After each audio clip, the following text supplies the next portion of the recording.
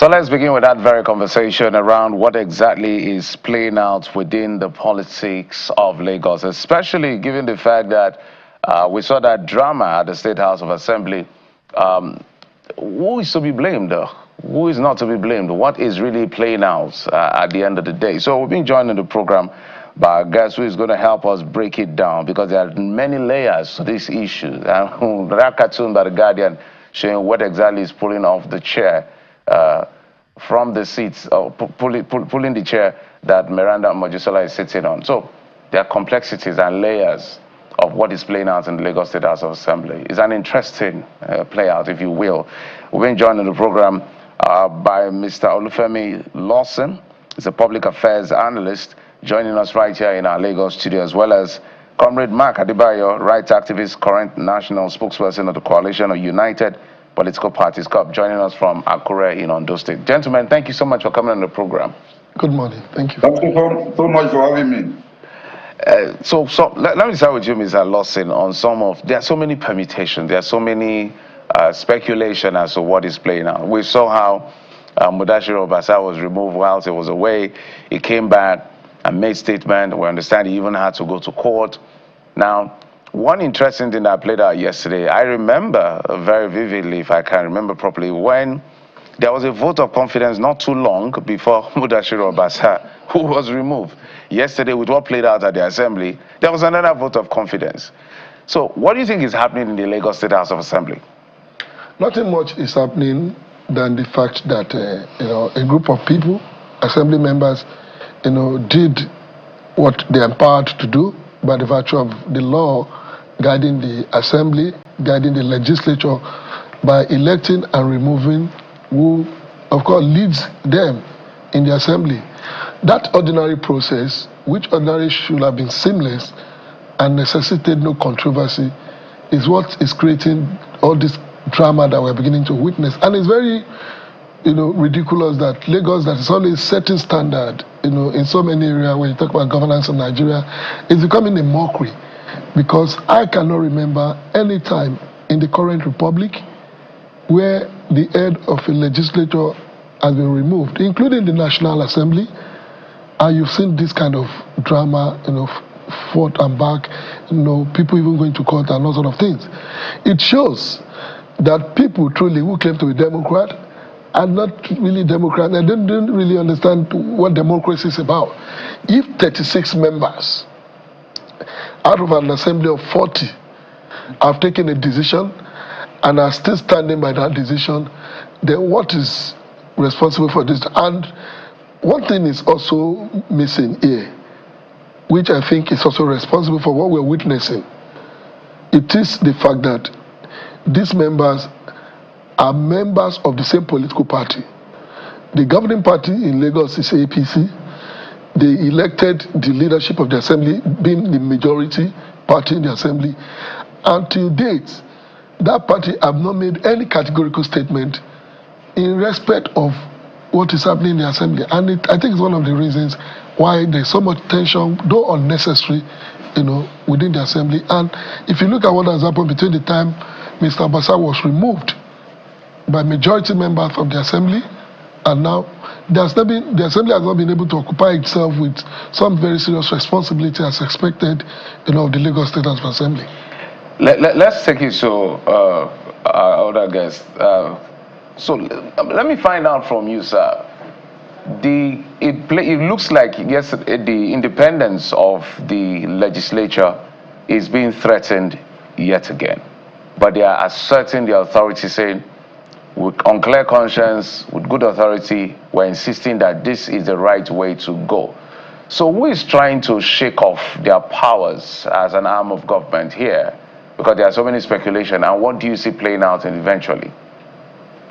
Well, thank you so much. You see, pushing the speculations aside, what you see playing out in Lagos State House of Assembly is the exhibition of the hostage democracy, the kind of gangster public politics that is being played in Nigeria. That's what we are seeing there, which compromises the effectiveness of our democracy, institutional independence, and interdependence, if you like, of the various organs of government. The constitution is very clear about the responsibilities and activities and the functions of the three arms of government, the legislature, the executive, and the legislature. So the State Assembly has constitutional right to determine certain things with regard to its operations, including the leadership of the House, which should be devoid of any external interference, especially from the executive arm or any other arm.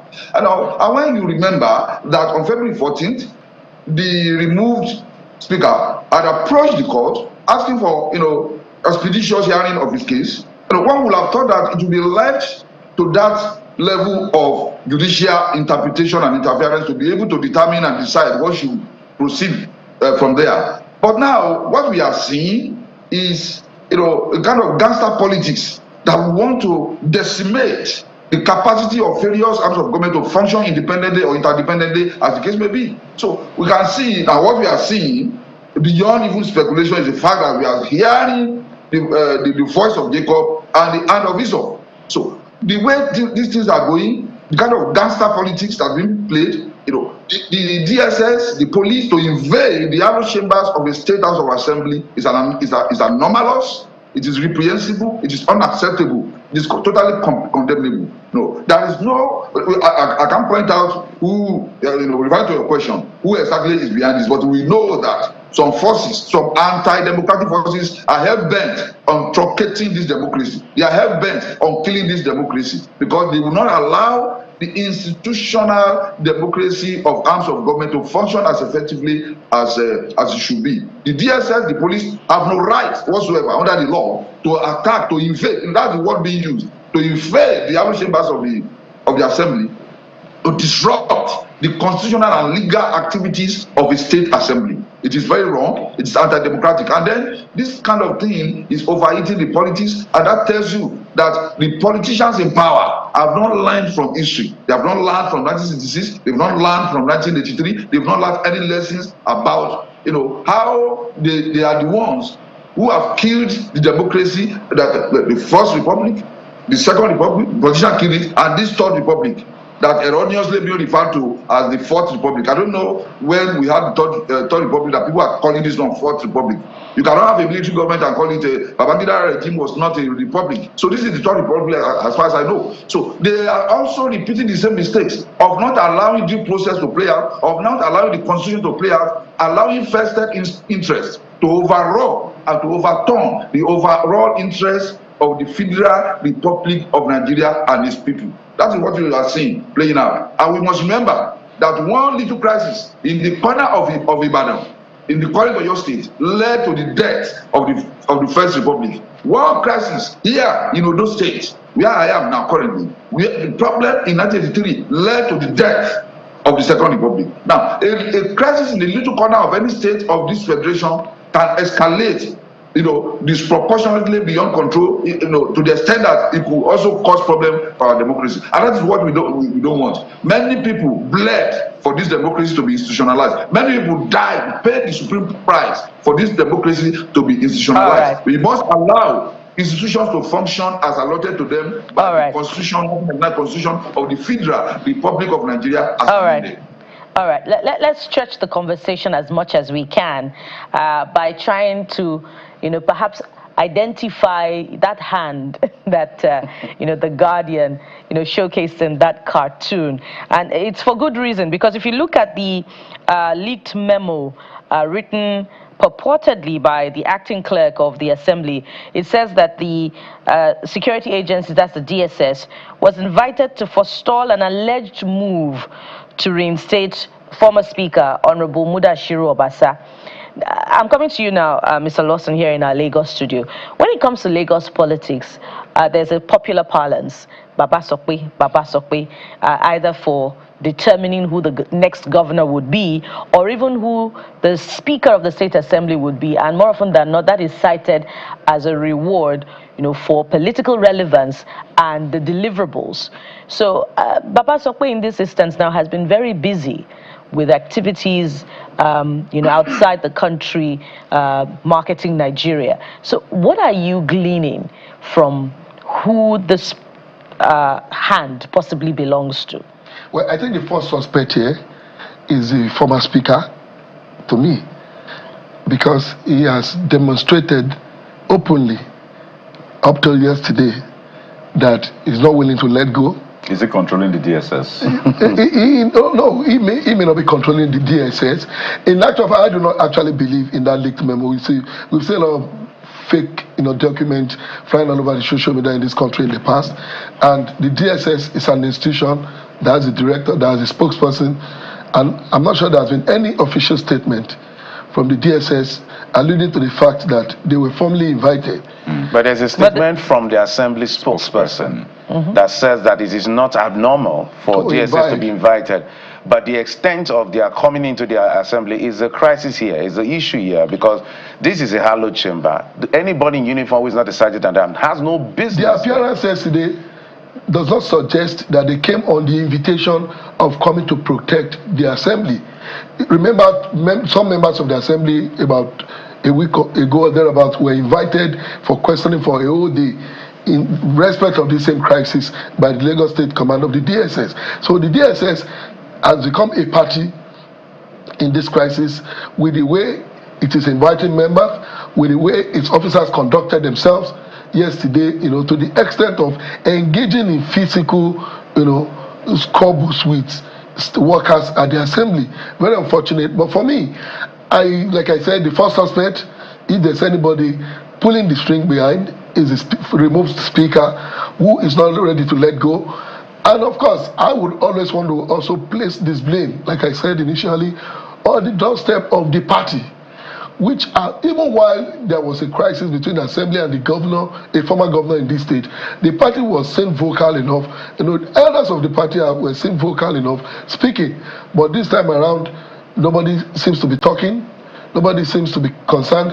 And for the president, who is seen as the leader of the party, whom many people have referred to as the Baba, that is always speaking, giving direction to the party, I think he should be more preoccupied by more important things, being the president of Nigeria now, than who governs the House of Assembly. And if he is also interested in who leads the Lagos House of Assembly being his home state, then he should openly come out and take a stand, because he's also a member of the party in the state, rather than allowing agencies as sacred, as the State Security Service, to become, useful tools in the hands of politicians who are just desperate to occupy political positions. Okay, it's quite interesting because we've seen this before. Right, there was a time where the DSS was also at the National Assembly, and we saw what happened with then acting president Osinbajo when he returned, or when he was acting president, when the president was away. So I don't know. Maybe I should ask you, sir. Do you consider that to be an option now, seeing that? Yes, the Assembly confirmed inviting the DSS, we must state that. But in the statement by the Assembly spokesperson, they said that never did their letter of invitation, that's requesting security assistance, instruct the DSS to invade the legislative chamber, lock and restrict access to the Speaker's office, lock the office of the acting clerk, and lock the Deputy Speaker's office. So there's a confirmation that indeed assistance was requested, but they didn't say do, essentially they did over syllabus. But in terms of consequences now, Mr. Mark Adebayo, what should we be looking at? Because again, it happened before and we saw what happened. So the president is back in the country, even if he was away, he still knows what's happening in the country. What do you expect? Well, they have told us in this country that the president can govern or rule or as the case may be from anywhere, any part of the world. It doesn't stop him from this a world of a technology. He could do whatever, communicate whatever orders or instructions that he wants to carry out. But the crisis that you are seeing, I'm glad that you referred to what happened at the National Assembly during Osinbajo's acting presidency. This country tells you that this country needs a new direction, a totally new direction from the kind of atrocious politics that is being played in this country. The way to go will have been to allow the Assembly to exercise its constitutional authority and functions without any encumbrances from external forces. So the hand, if I may go back to the hand, I will want to that hand of Esau might be from Masoro. That's where we want to place that hand. Moving the chairs. So that because that hand really knows how to move chairs. He really knows how to move chairs. I've been moving chairs. The Baba Sokpe, the Baba Sokpe mentality thing is still alive and active. So that is where I place the hand. So the only way for us to preserve this democracy is for us to allow as imperfect as it may be, the Constitution of the Federal Republic of Nigeria, 1999 as amended, we should allow it to function even as it is. Yeah, we say it's not a perfect constitution, that's not anywhere in the world, but this one is a little bit shaky. But we should, even in this imperfect state, let's allow it to function so that we do not invite unnecessary crises and imbroglio into our body politic. I keep saying that it is the politicians that killed the First Republic. It is the politicians that killed the Second Republic. The same politicians are also on it now, especially the politicians in power, the ones who have the levers of power and they can use it and manipulate it as they want. They better manipulate it for the benefit of Nigeria and for the benefit of Nigerians. What is playing out in the Lagos State Assembly? There must be a quick resolution. I agree with Lawson that the party in power, the party in power is APC in Lagos State as governor. The party in power in Abuja as president is APC, and the people, the majority members in the House of Lagos State House of Assembly are APC members. So there must be an internal mechanism. You see, now we are now in an era where politicians in power are now superior to the political party, unlike before. First and Second Republic, where there was party supremacy, because by now there must be an intervention from the party's leadership to be able to sort of mitigate some of these things, except for the fact that maybe there's lack of competency and there's lack of clearance. And this is the danger of democracy, where you have to wait for one man to clear something from the world level. You have to wait for one man in Abuja to clear something from the local government level. You have to wait for one man in Abuja to clear. So these things cannot work. Pardon me, it's very interesting you don't recognize the Third Republic. Maybe that's a conversation for another day. Because some will say we had the governors, we had the state assemblies, we had the federal lawmakers. The only thing we were missing was exactly.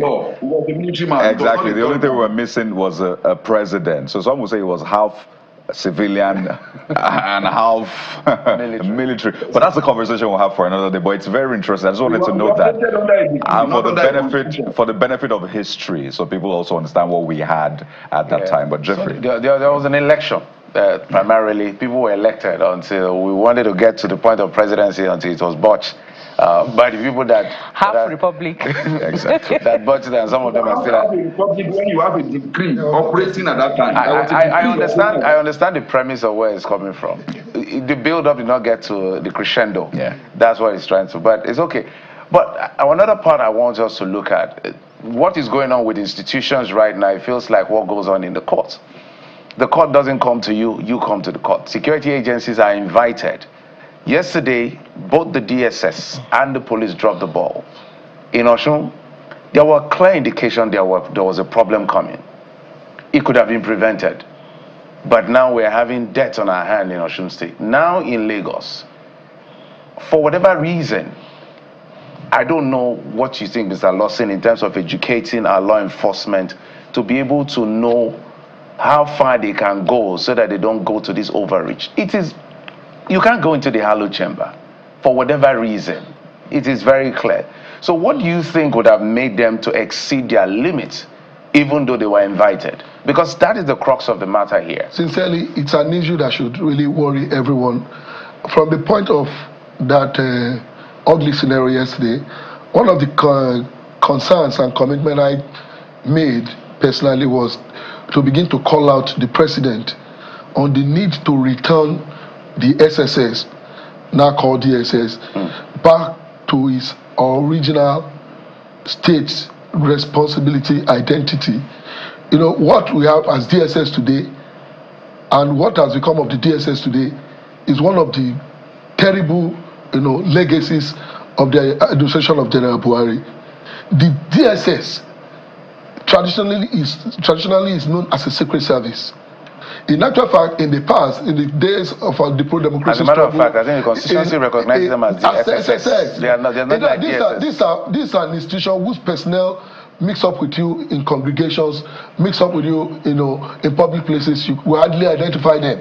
When Buhari came, they began to wear uniform, began to appear at social functions and, escort politicians to parties, and they practically became, like all these paramilitary organizations. Very unfortunate. Most of the jobs that the DSS are invited to come and do today, including what the DSS went to do in the Legislative Assembly yesterday, including what the DSS did in the National Assembly during that shameful period, were statutorily what the police can handle. If there are civil disturbances, if there is likelihood of a civil unrest, the police is the first port of call. You have not invited the police. The police have not exhausted its power. Even we have other paramilitary organizations who now support the police, the civil defense corps. In a state like Lagos, there are also other organizations that can handle civil matters. Then when did it become the duty of DSS to begin to an organization that's an elite organization that should have been an intelligence-driven organization, now becoming like, in fact, you now see DSS men hanging on trucks, running patrols. Like you don't. It has never happened in this country. So President Tinubu has a duty to return the DSS to its original position of a secret service whose personnel work purely on intelligence and activities are intelligence-driven, not this, strange culture that has been imposed on the DSS by the Buhari regime, which they have now, sustained. DSS must go back and work as a secret service and allow the police to do. A lot of times, when you find DSS today, there are places where ordinarily police should function. So you're saying this was unintelligent? Yes. So it is not their duty. What DSS should have done is gather intelligence if there will be crisis or not in the assembly, then mobilize the relevant security agency, particularly the police, to stay on guard and prevent such.